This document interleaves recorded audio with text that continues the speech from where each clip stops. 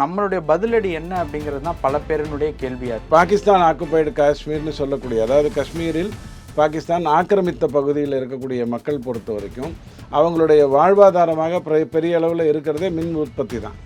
அந்த மின் உற்பத்தி இந்த தண்ணி போகாதனால தடைப்படும்.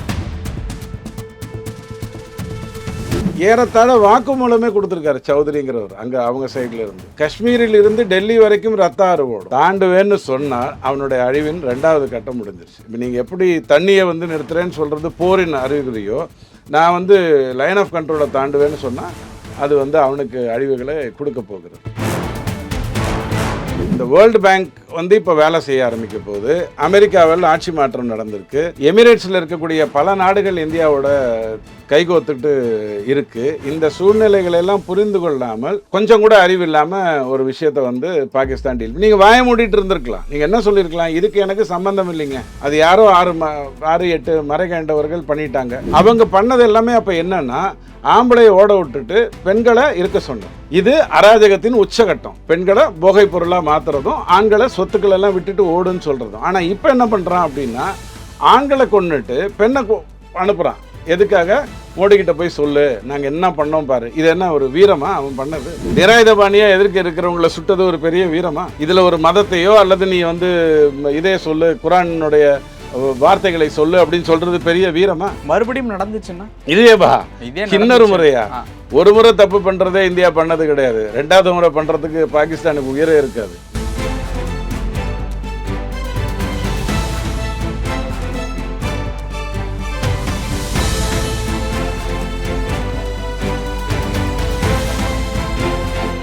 ரியல் ஒன் நேயர்களுக்கு வணக்கம். இன்று நம்மளுடைய நேர்காணலுக்கு துக்ளக் வாசகரான திரு ரவி டிடிஎஸ் அவர்கள் இணைஞ்சிருக்காங்க. சார் வணக்கம். வணக்கம். எப்படி இருக்கீங்க? கொஞ்சம் கஷ்டமா இருக்கு. இப்போ சூழ்நிலை நல்லா இல்லை. பட் இது பாகிஸ்தானை ரொம்ப நாளாக சொல்லிக்கிட்டு இருந்தோம். கிருஷ்ணா தான் கடைசியாக போய் அங்கே பேசினார். அதுக்கப்புறம் அங்கே யாரும் பேச மாட்டோம், நீங்கள் முதல்ல தீவிரவாதத்தை விட்டு வெளில வாங்க, தீவிரவாதத்தை ஊக்குவிக்கிறத நிறுத்துங்கன்னு சொல்லிக்கிட்டு இருக்கோம். ஜெயசங்கர் அதை திரும்ப திரும்ப சொல்கிறாரு. அவரோட பேசி பிரயோஜனம் இல்லை அப்படின்னு சொல்கிறாரு. மோடி இந்த ஆட்சி அமைக்கிறதுக்கு முன்னாடி ஒரு இன்டர்வியூ கொடுக்கும்போது சொன்னார், 2014 வர்றதுக்கு முன்னாடி ஒரு பேட்டியில் சொன்னார், ரத்தத்தையும் தண்ணியும் வச்சுக்கிட்டு எப்படி பேச்சுவார்த்தை பண்ணுறது, புல்லட்டையும் மனிதத்தையும் வைத்துக்கொண்டு எப்படி பேச்சுவார்த்தை பண்ணுறதுன்னு சொன்னார். அதை பாகிஸ்தான் புரிஞ்சுக்கிடலை. டிமானிட்டைசேஷனுக்கு அப்புறம் அவங்களுக்கு பெரிய தோல்வியாச்சு, மிகப்பெரிய தோல்வியாச்சு. அவங்களுடைய கள்ளப்பணம் பூரா இல்லைன்னு ஆகிப்போச்சு. அவங்களுக்கும் சரி, காஷ்மீர்லேயும் சரி. அதெல்லாமும் அவங்க புரிஞ்சுக்கல. என்ன ஒரு ப்ராப்ளம்னா, இப்போ பாகிஸ்தானில் இஸ்லாத் மார்க்கத்தின்படி ஆட்சி பண்ணுறாங்க அப்படின்னா, அங்கே ஒரு ஜனநாயகம்னு ஒன்று வந்துருச்சுன்னா, ஜனநாயகம்னா என்ன, ஒரு பார்லிமெண்ட் இருக்கும் அல்லது ஒரு ஜனாதிபதி இருப்பார் அப்படிங்கிற கட்டுக்குள்ளே வந்துட்டாங்கன்னா பிரச்சனை இல்லை. அங்கே இராணுவம் தான் ஆட்சி செய்யுது.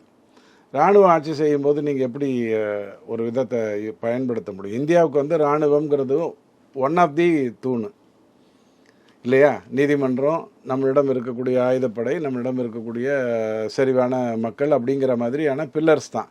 ஆனால் அங்கே அப்படி கிடையாது. ஆட்சியே அவங்களது தான். அங்கே இருக்கக்கூடிய மிக உயரிய பதவியில் இருக்கிறவங்களில் 10க்கு 8 பேர் சுட்டுக் கொல்லப்பட்டாங்க அல்லது தூக்கில் போடப்பட்டாங்க. ஸோ உயரிய பதவியில் இருந்தவங்களே தூக்கில் போடப்படுறாங்க அப்படின்னா அப்புறம் சாமானிய மக்களுக்கு என்ன பதில் அவங்க கொடுப்பாங்க? கேள்வி. இந்த ஒரு இடத்துல இப்போ நம்ம தாக்குதல் எல்லாமே நடந்திருக்கு. ஸோ நம்மளுடைய பதிலடி என்ன அப்படிங்கிறது தான் பல பேரினுடைய கேள்வியா இருக்கு. பதிலடி நம்ம ஒழுங்காக கொடுத்துட்டோம். அதாவது எந்த விதத்தில் கொடுத்துட்டோம் அப்படின்னு சொன்னால், ஃபர்ஸ்ட் ஆஃப் ஆல் கொடுத்ததுக்கு அப்புறம் எல்லையில் பதட்டமாக இருக்கு. இல்லை அந்த பதட்டம்லாம் நம்ம ஒரு புரட்டாவே எடுத்துக்க வேண்டாம். இப்போ என்ன ஆச்சுன்னா, ஒரு பக்கம் நம்ம இந்த இண்டஸ் ட்ரீட்டியை கேன்சல் பண்ணுறதுனால அவங்க அப்படியே தண்ணி இல்லாமல் போயிடுவாங்களா அப்படின்னு கேட்டால் அப்படி இல்லை. ஒரு 3 நதிகள் கிழக்கு புறமாகவும் 3 நதிகள் மேற்கு புறமாகவும் வருது. சைனாலேருந்து இமாலயாஸ்லேருந்து வரக்கூடியது. அதில் நம்மளை விட அவங்களுக்கு 5 மடங்கு தண்ணி போகுது. அந்த 5 மடங்கு தண்ணி போகுவதை நம்ம நிறுத்தும் போது அவங்களுக்கு ஒரு சின்ன தள்ளாட்டம் வரும். அப்படியே முடிஞ்சு போயிடுவாங்க, நாளைக்கு நீரே இல்லாமல் போயிடுவாங்கங்கிறது இல்லை. அதை நம்ம முதல்ல புரிஞ்சுக்கணும். ஆனால் குறைஞ்சபட்சம் பெரிய தள்ளாட்டம் வரும் அப்படின்னு சொன்னால், பாகிஸ்தான் ஆக்குபைடு காஷ்மீர்னு சொல்லக்கூடிய, அதாவது காஷ்மீரில் பாகிஸ்தான் ஆக்கிரமித்த பகுதியில் இருக்கக்கூடிய மக்கள் பொறுத்த வரைக்கும் அவங்களுடைய வாழ்வாதாரமாக பெரிய அளவில் இருக்கிறதே மின் உற்பத்தி தான். அந்த மின் உற்பத்தி இந்த தண்ணி போகாதனால தடைப்படும். அதுதான் மெயினாக நீங்கள் பார்க்க வேண்டியது. ஸோ அவங்க குடி தண்ணீருக்கே இல்லாமல் போயிடுவாங்களாங்கிறதல்ல மாற்றம். காரணம் என்னென்னா, உங்களுக்கு தெரியும், இங்கே காவேரியிலேருந்து இத்தனை டிஎம்சி வரணும்னு சொன்னால் அதில் வர்றது எத்தனை வீணாகுதுங்கிறது தெரியும், அவங்களும் எத்தனை வீணாக்குறாங்கங்கிறது நமக்கு நல்லா தெரியும். அந்த மாதிரி அங்கே வந்து ஒரு 220 பில்லியன் கியூபிக் சென்ஸ் இது வந்து நீர் வந்து நமக்கு வருதுன்னு சொன்னால் அதுக்கு 5 மடங்கு அவங்களுக்கு போகுது. ஸோ அதை வைத்துக்கொண்டு நீங்கள் பண்ணுறது வந்து அடையாளமாக நீங்கள் சொல்லிட்டீங்க, இந்த நாட்டுக்கும் எனக்குமான போர் துவங்குவதற்கான காரணியங்கள் வந்து விட்டது. எப்போதுமே தண்ணியில் கை வச்சிங்கன்னா அது போருக்கு ஈடானது, அப்படி தான் நீங்கள் அதை எடுத்துக்கணும். ஆனால் பாகிஸ்தான் அரைவேக்காடுத்தனமாக தானே, எல்லாம் மிலிட்ரி தானே, வேறு என்னத்தை பேசும், அரைவேக்காடுத்தனமாக எடுத்துருக்கிற முடிவு என்ன அப்படின்னு சொன்னால், ஓ நீ பார்டரை மூடினியா நானும் மூடுவேன், நீ வந்து விசாவை மூடினியா நானும் விசாவை போடுவேன், ஏன்னா என்கிட்ட வந்து இவ்வளோ ஆயுதப்படை இருக்குது. ஏறத்தாழ வாக்குமூலமே கொடுத்துருக்காரு சௌத்ரிங்கிறவர் அங்கே அவங்க சைடில் இருந்து. என்ன வாக்குமூலம் கொடுத்துருக்காருன்னு சொன்னால், காஷ்மீரில் இருந்து டெல்லி வரைக்கும் ரத்த ஆறு ஓடும். அப்போ இப்போ ஓடினது யாரால அப்படிங்கிறத அவரே ஒத்துக்கிறாங்கிற அளவுக்கு வந்திருக்கு. எல்லாம் அறவேக்காடு தாங்க இருக்கிறது எதுவுமே. ஏன்னா ஒழுங்காக சம்பளம் வராது, சுகபோகம் வேறு, மேலே இருக்கிறவங்களுக்கு நான் சொல்கிறேன். அப்புறம் ரெண்டும் காம்பினேஷன் இருந்ததுன்னா பைத்தியம் தான் பிடிக்கும், பைத்தியம் பிடிச்சா பைத்தியம் மாதிரி தான் பேசிட்டு இருப்பாங்க. இந்தியாவுக்கு வந்து 3 நாள் ஆகும் முடிக்கிறதுக்கு, 5 நாள் ஆகும் முடிக்கிறதுக்குன்னு யோசிக்கிற முட்டாள்தனமான நாடு இல்லை. ஒரு போர்னு சொன்னால் அது வந்து அதனுடைய தாற்பயங்கள், அதனுடைய இது வந்து ரொம்ப நீளமாக இருக்கும், ரொம்ப தேவைக்கு அதிகமாக இருக்குது. இப்போ நீங்கள் ரஷ்யா உக்ரைன் போரை இப்போ நிறுத்துறேன்னு சொல்கிறவங்களால 4 வருஷம் முன்னாடியோ 3 வருஷம் முன்னாடியோ யோசிச்சிருக்க முடியாதா?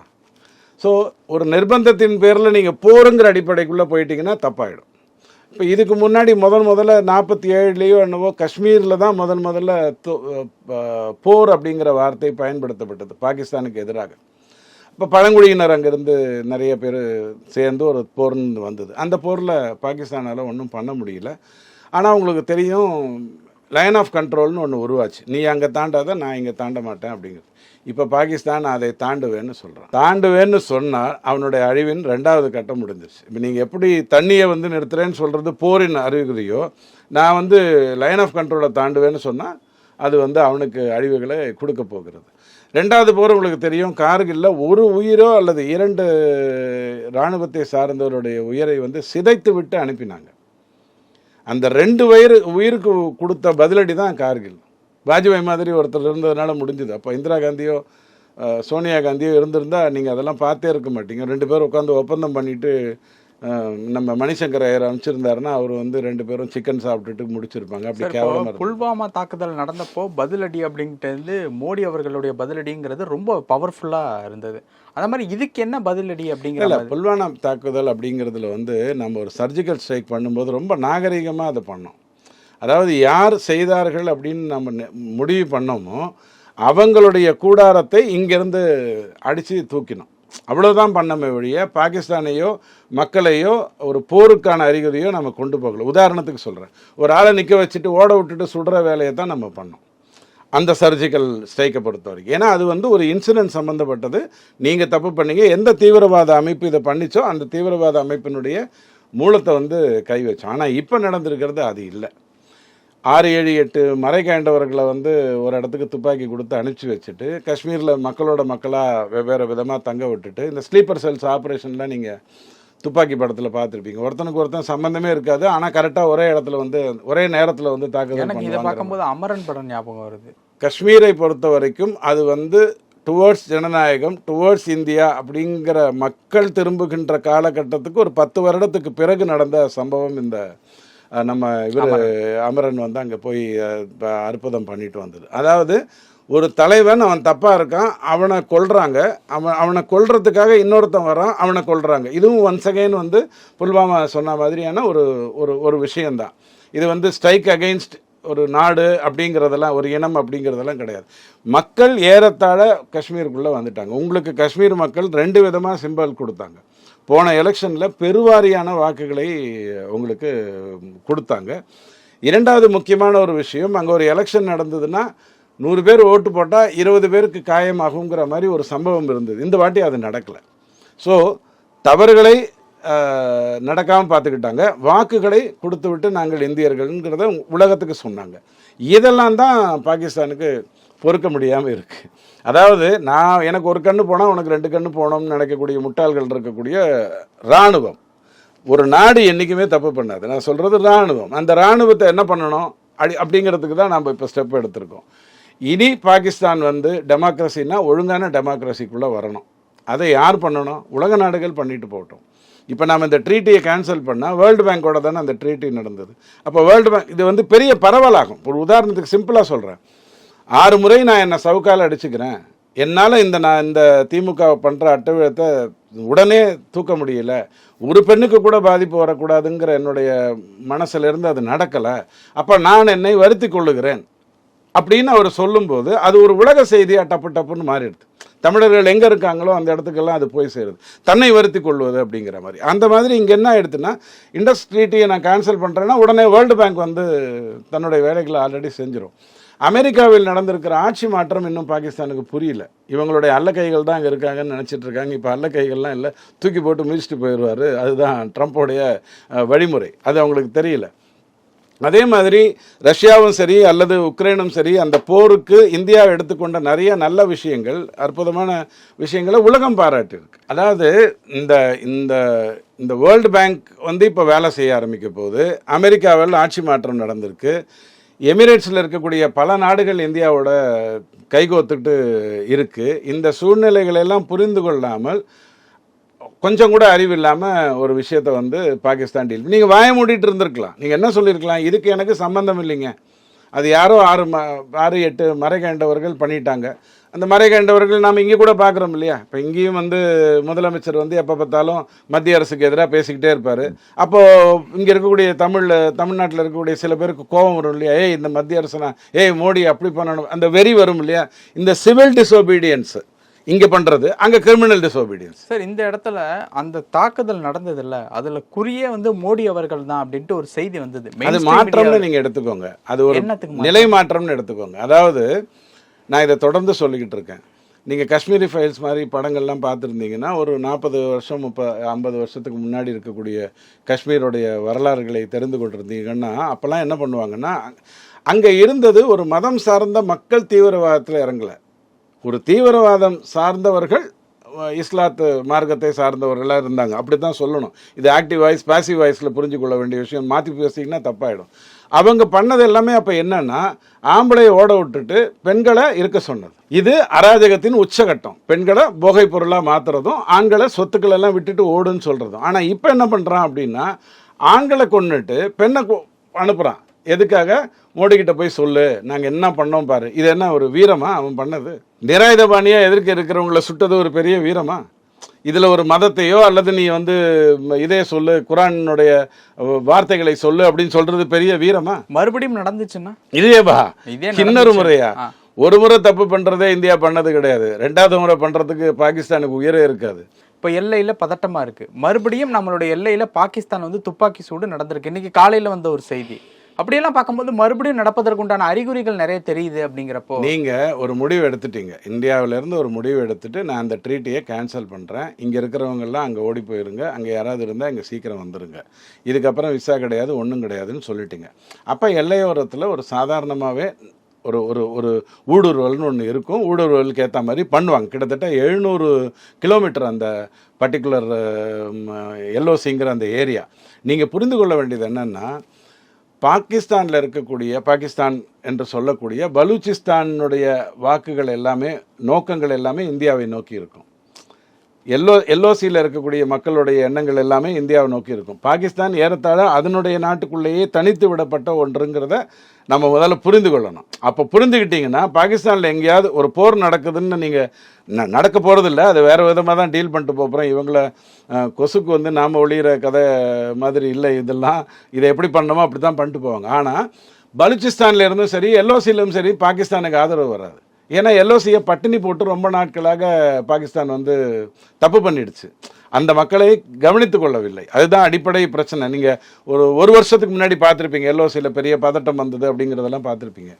இந்த தாக்குதல்கள் எல்லாமே போராக மாறுமான்னு கேட்டிங்கன்னா, எனக்கு தெரிஞ்சு ஒரு 6 தாக்குதல் சொல்கிறேன். எதுவுமே செய்தியாக கூட உங்களுக்கு இன்றைக்கி ஞாபகம் இருக்கக்கூடிய வாய்ப்புகள் இல்லாத ஒரு விஷயம். உதாரணத்துக்கு நகோத்ரா தாக்குதலாக இருக்கட்டும், அமர்நாத் யாத்திரை தாக்குதலாக இருக்கட்டும், அல்லது சுஞ்சுவான் தாக்குதலாக இருக்கட்டும், அல்லது அதுக்கப்புறம் பிறகு நடந்த பூஜ் தாக்குதலாக இருக்கட்டும், அல்லது இப்போ நடந்த இந்த தாக்குதலாக இருக்கட்டும், இது வந்து ஒரு பெரிய விஷயமா பேசப்படுறதுக்கு காரணம் உயிர்கள் போயிருக்கு, நிராயுதபாணியாக இருக்கவங்களுடைய உயிர்கள் எடுக்கப்பட்டிருக்கு.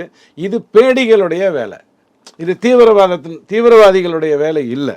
ஒரு நாடு இப்படி பண்ணாது. அது எந்த நாடாக இருந்தாலும் சரி. சவுத் ஆப்பிரிக்காவை விட பஞ்சத்தில் பிழைக்கிற நாடு ஏதாவது இருக்கா உலகத்தில்? அந்த நாடு ஏதாவது பண்ணணும்னா இப்படியா பண்ணும்? பண்ணாது. ஆனால் நீங்கள் சவுத் ஆப்பிரிக்கா போகிறீங்கன்னு வச்சுக்கோங்க, நல்லா தான் இருந்துட்டு இருப்பீங்க. திடீர்னு எந்த ஒரு திருடர்கள் வேணால் வந்து உங்களுடைய சொத்தை தூக்கிட்டு போயிடலாம். அந்த மாதிரி பேடிகளுக்கான விரயமாகத்தான் இது, தளமாகத்தான் இது இருந்துகிட்டு இருக்கு. இத்தனை தாக்குதல்கள் இல்லை, எதுலேயுமே ஒரு ஆண் தனமையும் இல்லை, ஒரு ஆண்மையும் இல்லை, ஒரு இராணுவத்திற்கான சிந்தனையும் இல்லை, ஒரு போருக்கான சிம்பலும் இல்லை. முட்டாள்தனமான வேலைகளை தான் செஞ்சுருக்காங்க. அதுக்கு பதிலடி அவங்க கொடுத்து கீழே இறங்கிட்டே இருக்காங்க. அது அவங்களுக்கு புரிய மாட்டேங்குது. இந்த விதத்தில் நேற்றுக்கு மோடி பேசியிருக்கிறது வந்து அந்த பழைய அந்த துர்கா மோடியை நீங்கள் திரும்ப பார்க்குறீங்க அப்படிங்கிற மாதிரி ஒரு பேச்சு.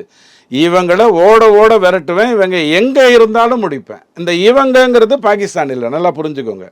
நாட்டுக்கு எதிராக என்றைக்குமே இந்தியா வந்து ஒரு வேலையை செய்யாது. தப்பு பண்ணது அவன் தான் தெரிஞ்சு போச்சுன்னா நாடை பிடிச்சிக்கிட்டு தொங்குறதுல என்ன இருக்குது? நம்மால் மாதிரியா மத்திய அரசு பணம் கொடுக்க மாட்டேங்குது, நிதி கொடுக்க மாட்டேங்குது, நம்மளை வஞ்சிக்குது, மாற்றாந்த இந்த மாதிரியா பேசுவாங்க? அப்படி கிடையாது.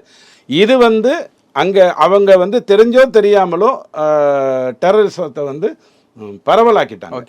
அந்த பரவலை அவங்களால கட்டுப்படுத்த முடியல. அது மிதமிஞ்சி வெளில வரும்போது இந்த மாதிரியான சம்பவங்கள் நடந்துருது. இதை வைத்துக்கொண்டு நீங்கள் ஒப்பிடணும்னு ஒப்பிட்டா நீங்கள் தவறாக எடுத்துக்கூடாது.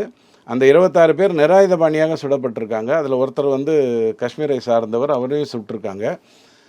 இதையும் நான் இன்னொரு சம்பவத்தையும் ஒப்பிட்டேன். அதாவது பாராளுமன்றத்தில் திடீர்னு ஒரு 3 பேர் உள்ளே வர்றாங்க, பட்டாசுகளை வெடித்து விட்டுட்டு வெளில போகிறாங்க.